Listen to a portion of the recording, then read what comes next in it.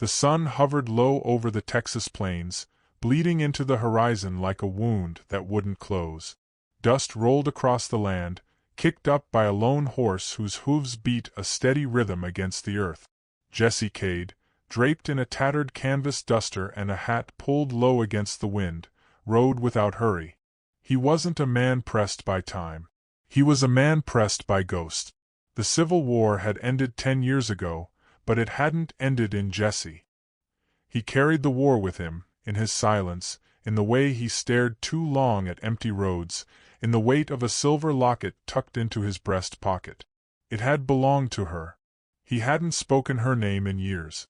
Wouldn't speak it now. The trail didn't demand words. It demanded survival. The land was desolate.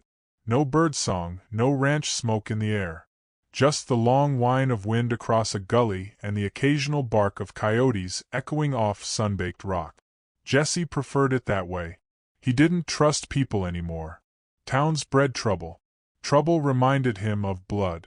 He was about to press on when he heard it, a sound so thin and ragged it barely touched the ear. A scream maybe. Maybe just the wind playing cruel. He paused, listening, breath held in his chest. It came again, like a rag torn in half. Jesse pulled the reins. His horse, Barlow, grunted but obeyed. The sound was coming from the south, near an old fence line long abandoned. No homestead nearby, no cattle. No reason for a soul to be out there. That alone made Jesse uneasy. He rode toward it anyway. What he found stopped him cold. A girl, barely a woman, was tied to a split-rail fence post. Her wrists were raw where the rope bit into her skin, her ankles blistered and red. Her dress, once likely sky blue, hung in strips around her legs. Dirt clung to her face. Blood, dry and cracked, marked her lip. But it was her eyes that rooted Jesse in place, wide, defiant, still burning. "Please," she said, voice like paper. Don't leave." He didn't move. "Are you real?" she whispered. Jesse swung down from his horse. He approached slowly, hands out, as if to steady a skittish mare. "I'm real," he said, voice low. "Easy now. I ain't here to hurt you." Her knees buckled as he reached her. He caught her before she hit the ground. "What's your name?" he asked, cutting the rope with his hunting knife. "Willa," she breathed. "Willa May Cartwright." Her body was fever-warm against him. She leaned into his chest like she'd been waiting to collapse. Jesse bundled her coatless body in his duster, ignoring the sting of her weight on his old wound, the bullet from Gettysburg that still flared up in the rain. "Who did this?" he asked, though he already knew. "My father," she whispered. "He got drunk. Said I was mouthy. Said I was gonna end up like my mother. And where's he now? Went to town. Said he'd come back when he cooled off." Jesse looked out across the dry field. Town would be miles off. He figured he had a few hours, maybe less. "Can you ride?" She nodded, though her face twisted with pain. Jesse lifted her onto Barlow and climbed up behind her, cradling her gently so her weight wouldn't shift too much. The mare responded with a soft snort as they turned away from the fence. They rode in silence for miles. Willa didn't ask who he was, where he was from, or where they were headed. She didn't cry. She didn't beg. Jesse respected that. But every so often she would glance back over her shoulder, as if she were checking to make sure he was still there. They stopped at a creek come sundown. Jesse helped her down and built a small fire out of dry brush and cedar bark. She sat with her knees hugged to her chest, eyes following every move he made. Jesse had known women who screamed at spiders, who fainted at the sight of blood. Willa was not one of them. Even tied and beaten, she'd looked death in the face and not blinked. "You need water," he said, handing her a tin cup. She sipped slowly. "You're not like the men in town." "No. You a lawman?" He shook his head. "Was a soldier once. Now I'm just a man with a horse and a bad temper." She gave a half-smile. "Bad temper might come in handy." Jesse sat across from her, the fire crackling between them. Coyotes howled in the distance. "Your pa gonna come looking?" "Maybe. Maybe not." She looked into the fire. He's all I got left, but I don't reckon that means much anymore. Blood don't mean loyalty. She looked up sharply. You know that from experience? More than I care to remember. A silence stretched between them. Not awkward, just waited.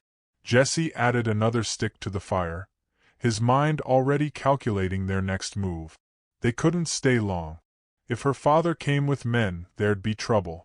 If they moved at night, they risked ambush, broken bones, worse. Where we headed? She asked, as if she already knew she was going with him.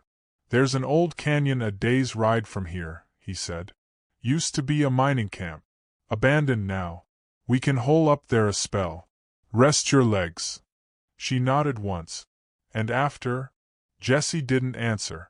He hadn't thought past that. You got folks? No, he said. Wife. His face hardened. Not anymore. Willa didn't pry. Later that night, he heard her cry out in her sleep.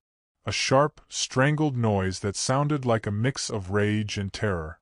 Jesse moved to her side without thinking.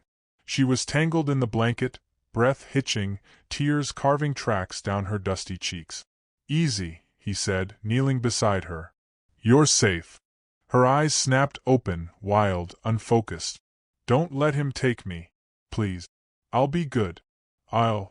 Shoo. He touched her shoulder. Ain't nobody coming. Slowly, her breathing evened. Her hands relaxed. She curled into herself like a child. Jesse sat there long after she'd fallen back asleep. In the morning, he helped her mount the horse again. They moved slow. Jesse kept scanning the horizon, but it was empty in every direction. Still, he couldn't shake the feeling of eyes watching them. Around midday, they reached a ridge overlooking the valley. Below, the river ran thick and silver. On the far side lay the canyon, walls of red rock rising like jaws from the ground. Almost there, Jesse said.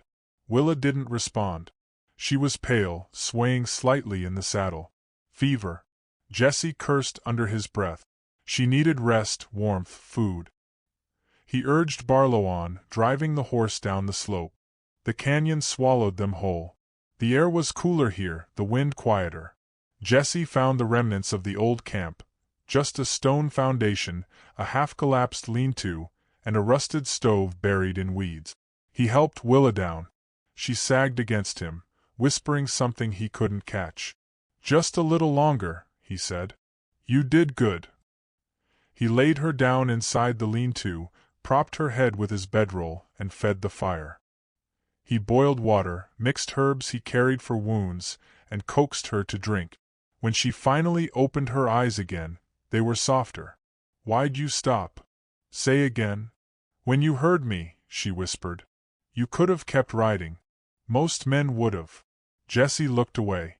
I've done enough leaving in my life. She reached for his hand. Her fingers were cold. Thank you, she said. For the first time in a long while, Jesse Cade didn't feel hollow. Outside, the wind blew dust along the canyon floor, whispering secrets through the bones of the land. Inside, beside the fire, two broken souls sat on the edge of something unnamed. Neither knew what lay ahead. Only that they had survived the day. And in that moment, it was enough. The fire had long burned down to embers, glowing orange in the cradle of cold stone. Jesse sat with his back against the canyon wall, the rough edge pressing between his shoulder blades. Above, stars scattered across the night sky like broken glass. The silence between him and Willa stretched, not uncomfortable, not forced.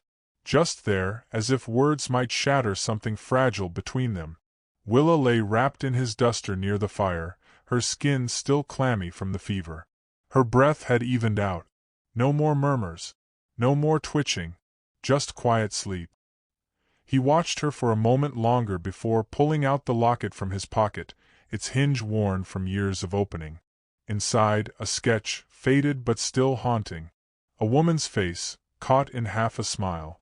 You loved her, came a voice, quiet, raw, from the firelight.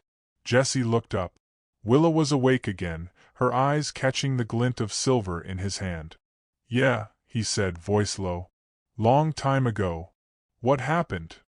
He turned the locket over in his palm. War happened. After it ended, she and my brother tried to make a life in a town near San Marcos. Raiders came, took everything, burned the place to ash. And you weren't there? I was too busy fighting for a cause. I stopped believing in the day I held my brother's body in a ditch. Willa didn't respond right away. Then, with effort, she pushed herself to sit up, wincing as her side tensed. My mama died slow, she said. Fever ate her bones. My father didn't speak for days after. Then one night he broke the table, punched a hole through the window, and said God owed him an apology. He never stopped drinking after that. Jesse leaned forward, arms on his knees. He ever treat you kind? Used to. When I was little. He'd sing, believe it or not. Played a banjo with half the strings missing. But grief's a thief. It doesn't knock. It breaks the door in and stays a while. Jesse nodded. Yeah, it does. A silence settled again, but this time it was warmer. Shared. Willa reached out, pulling the locket closer to her. She studied the face inside. She looks kind.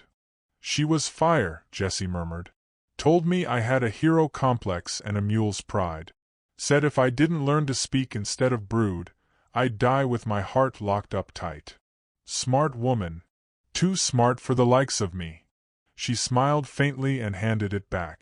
Their fingers brushed, brief, electric. The next day brought sharp wind and colder skies. Jesse scavenged what he could from the ruins of the camp, an old tin of beans, half-rotted planks, rusted nails. He reinforced the lean-to while Willa dozed. Her color had improved, but she was still slow to move. She didn't complain.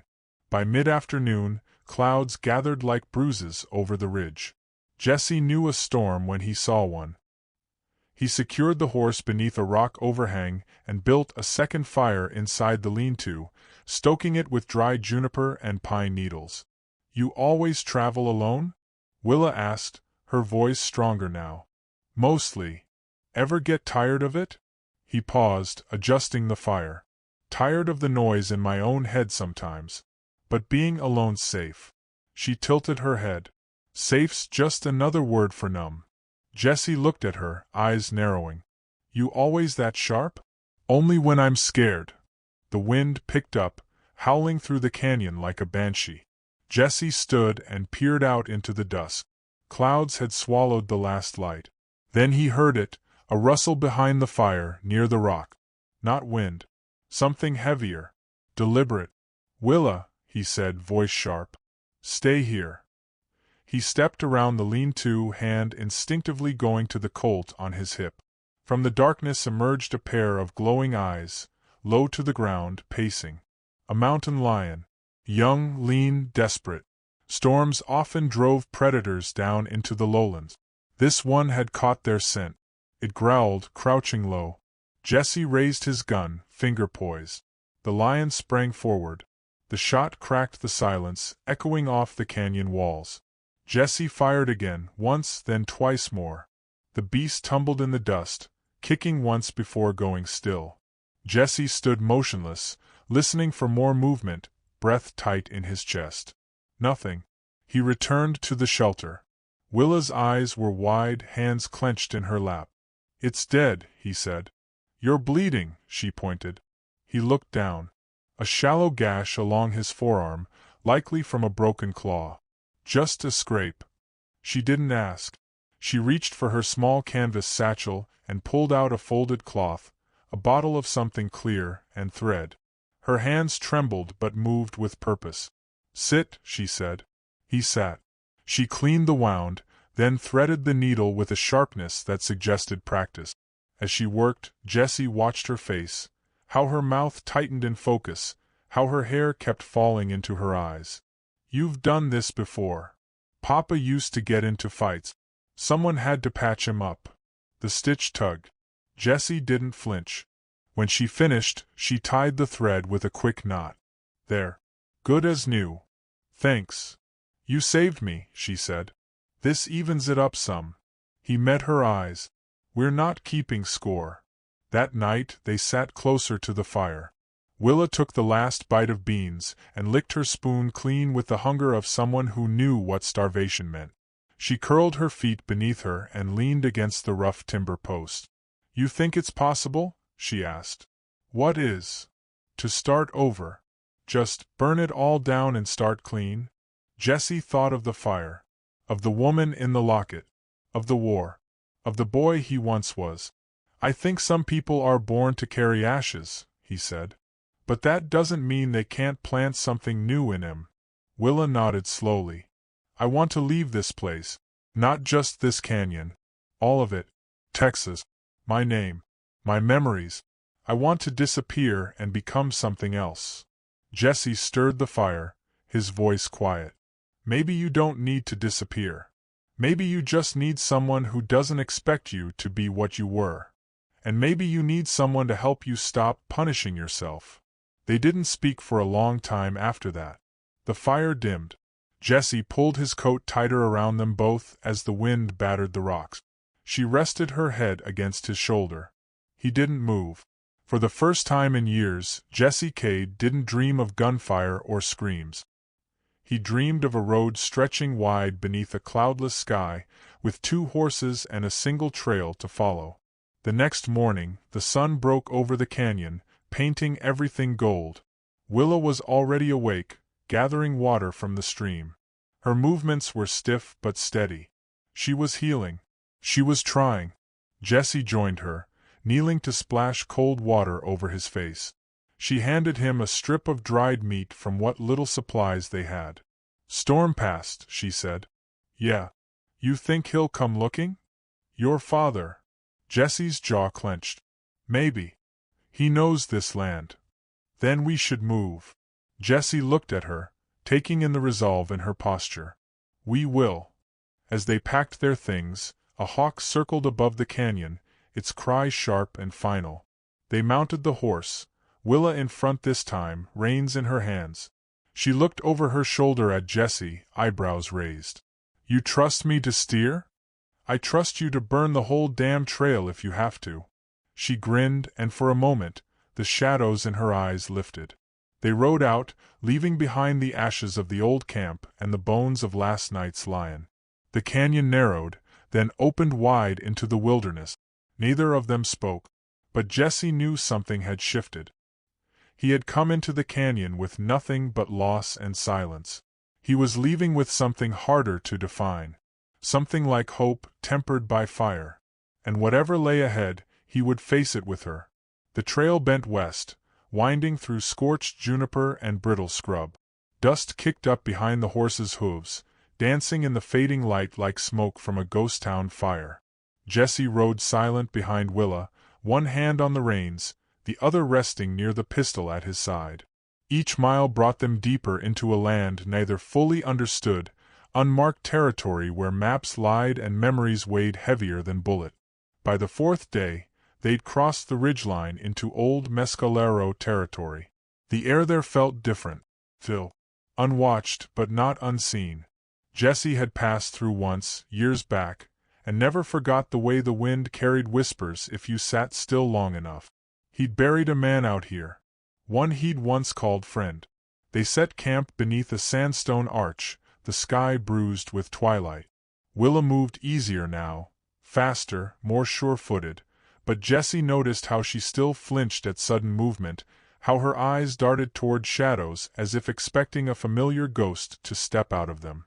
She knelt by the fire, building it from broken twigs and pine bark. "He's hunting me." Jesse looked up from cleaning the rifle. "Your father." She nodded. "I saw it last night. In a dream. He was dragging something, me maybe, his mouth full of blood, and he laughed like a boy at a county fair. Like it was all just a game." Jesse didn't mock the dream. He'd learned better. "Sometimes dreams aren't warnings," he said. "Sometimes they're memories with the wrong face on." This wasn't memory. She stood abruptly, brushing ash from her hands. "He'll come, Jesse. I feel it like thunder behind a mountain." Jesse nodded slowly, setting the rifle aside. "Then we'll be ready." They didn't speak again that night, but when Willa lay down, she did so closer than usual, her back to his chest, the space between them erased like words from a forgotten letter. Sometime past midnight, a sound pulled Jesse from half-sleep. A soft crunch like a foot on gravel. He was on his feet before he fully woke, Colt drawn. A figure emerged from the dark.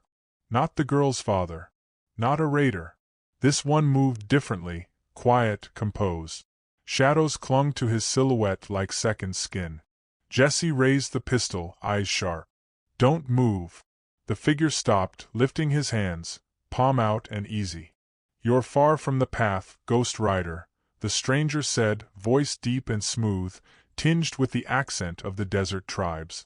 Jesse narrowed his eyes. "I know this land. I don't know you." The man stepped into the firelight.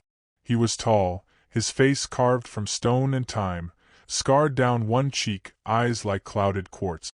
Animal pelts clung to his shoulders, and a hawk feather dangled from a leather cord around his neck. "I've been tracking you," he said. "Why?" The man glanced toward Willa, who now sat up, eyes alert. "Because the girl has fire in her blood. And fire draws the broken and the cruel." "You knew her father?" "No," the man said. "But I know what kind of men grow from poison root. He'll come. With more than fists." "Who are you?" Willa asked, voice steady. The man crouched near the fire, uninvited but not unwelcome. "They call me Grey Owl. I don't carry a name beyond that. Left it behind when the army burned my village and gave me medals for surviving." Jesse's hand didn't lower. "You looking for redemption?" "I'm looking to see if two people still carrying their ghosts can outrun the storm chasing them." Willa looked at Jesse. "He's not wrong." Grey Owl tossed a pouch toward Jesse. Jerked meat, dried roots, and a hard biscuit that smelled faintly of bear fat.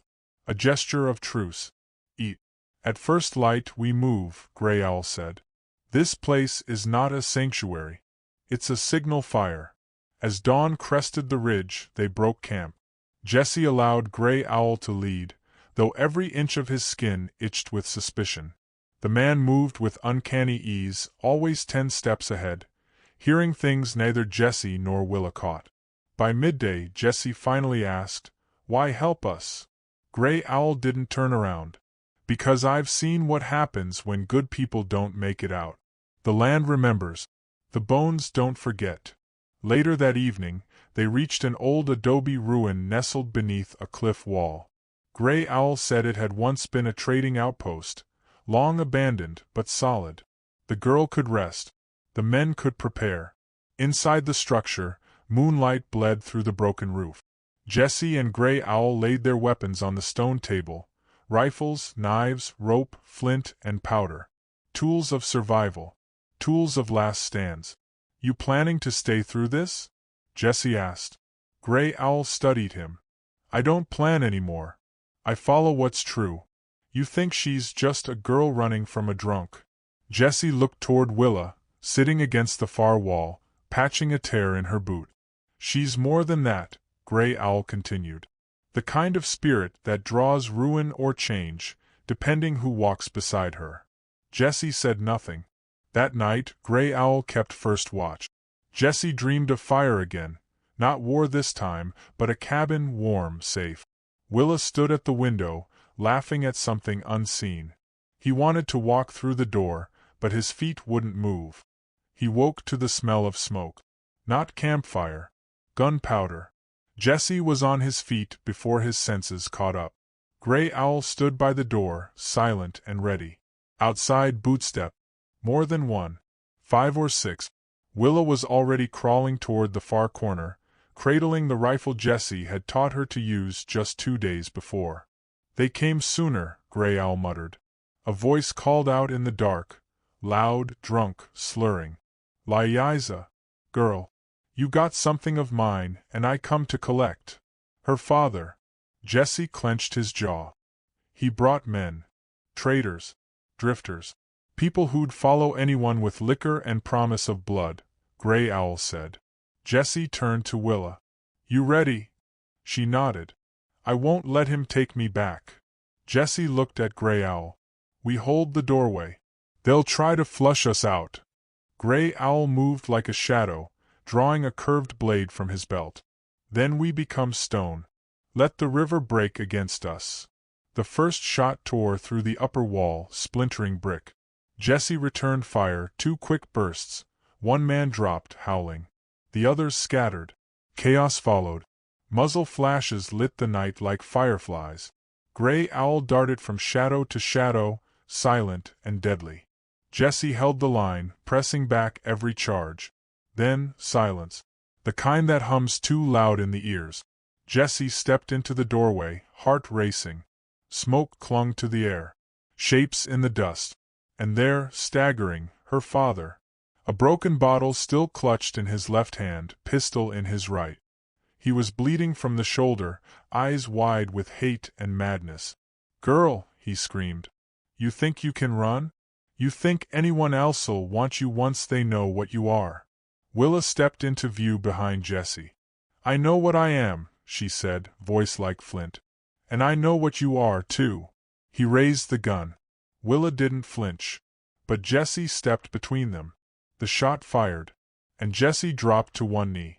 A heartbeat later, Gray Owl appeared behind the drunk, silent as dusk, and slit his throat with a clean, final sweep. The bottle hit the ground. Then the man followed. Jesse clutched his side, blood seeping through his shirt. Willa rushed to him, catching his weight. "You're not dying," she said, fierce. "You're not allowed." He smiled through the pain. "That a command, Willa? That's a promise." Gray Owl watched from a distance. He knelt to whisper something over the man's corpse in his own language. A prayer. A curse. Maybe both. By dawn, they buried the bodies deep, away from the ruin. As Jesse rested, Willa sat beside him, her hand gripping his. "I'm tired," she whispered. "You earned that." He reached up and brushed a smudge of ash from her cheek. "You fought," she said. "Like someone who wanted to live. I had something to fight for." The morning stretched quiet, peaceful. But none of them spoke of peace. Not yet. The sun crawled higher, spilling orange fire across the rim of the canyon like spilled paint on old parchment. Jesse leaned against the crumbling adobe wall, his arm bound tight with linen soaked in whiskey and regret. Each heartbeat throbbed like war drums against his ribs, but his eyes stayed on Willa. Always on Willa. She moved differently now, no longer the trembling girl tied to a fence in the fading light. She stood tall, rifle strapped to her back, the wild wind in her dark hair, and a purpose flickering behind her gaze like a storm lantern refusing to go out. Gray Owl watched her too, not with caution, but reverence. She had become something neither of them expected, stronger than her past, sharper than vengeance. A woman born from fire and fury. They traveled east at first light, deeper into the mountains, where the peaks touched the clouds and the air grew thin with silence. Jesse rode slower, weakened by blood loss, but never once asked for help. Willa kept close, steadying him with a glance or a word when he faltered, and Gray Owl scouted ahead, a wraith among trees, reading the earth like scripture. By the second evening, they made camp in a valley framed by towering pines. A glacial stream cut through its heart, and the scent of rain lingered in the breeze. Gray Owl carved a symbol into a nearby stone with his knife, a circle bisected by a jagged line. "Ward," he said, "to confuse spirits, or men who think like them." Jesse lay beside the fire, pain simmering beneath his skin, but he said nothing of it. Willa pressed her hand to his brow. "Fever's rising." "I've had worse," he muttered. "You're not alone this time," she said, and he smiled faintly, eyes half-lidded. "You say that like I deserve it. You don't. But that's not the point."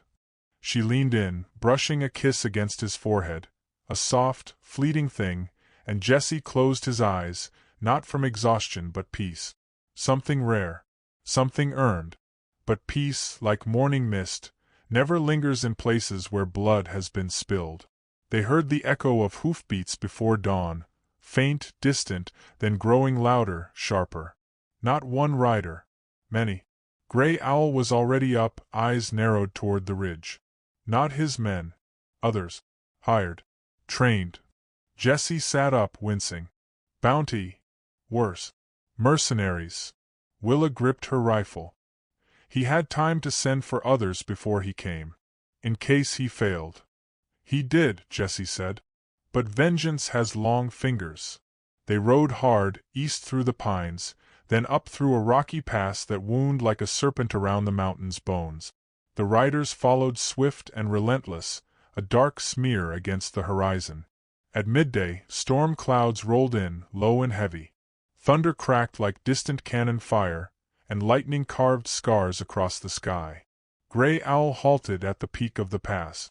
Below lay a narrow gulch, sharp cliffs on either side, a natural bottleneck. He turned to Jessie.